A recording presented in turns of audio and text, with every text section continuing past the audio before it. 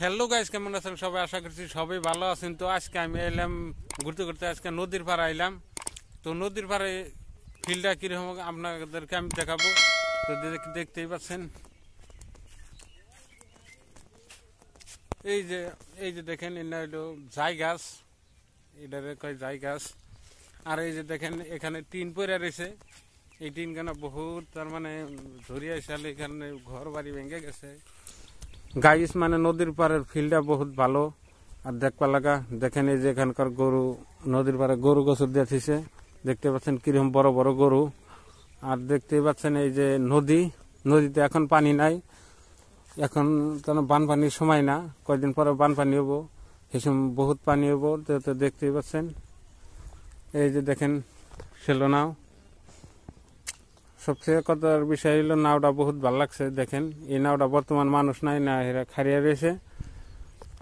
তো দেখতে পাচ্ছেন নদী, কি সুন্দর একটা নদী। চারে ফেলে দেখতে পাচ্ছেন এই যে জাই গাছ।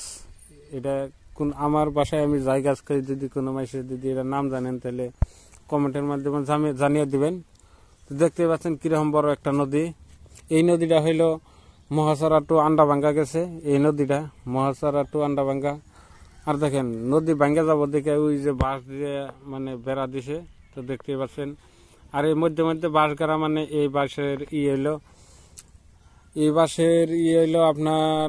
আজকে আমি বহুত দিন পরে আমি আজকে নদীর পাড়ের ভিডিও বানাইতেছি, আপনারা দেখতেই পাচ্ছেন।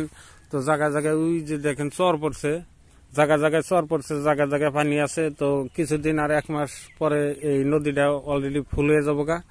তো দেখতেই পাচ্ছেন আপনারা। আর এই যে সবচেয়ে মজার বিষয় হলো এই যে দেখেন মধ্যে যে বাঁশ দিয়ে থিছে, দেখতে পাচ্ছেন ওই বাঁশগুলা যাতে ধার নদীর কাছার টাছার যাতে ভাঙ্গা না যায়, এই কারণে তারা দিয়ে থিছে। তো দেখতে পাচ্ছেন এইদিকে তো পানি। আর ওই যে দেখেন সবচেয়ে মজার বিষয় হলো ওই যে নাও একটা খাড়া করে ছেড়ে দিছে, তো দেখতেই পাচ্ছেন।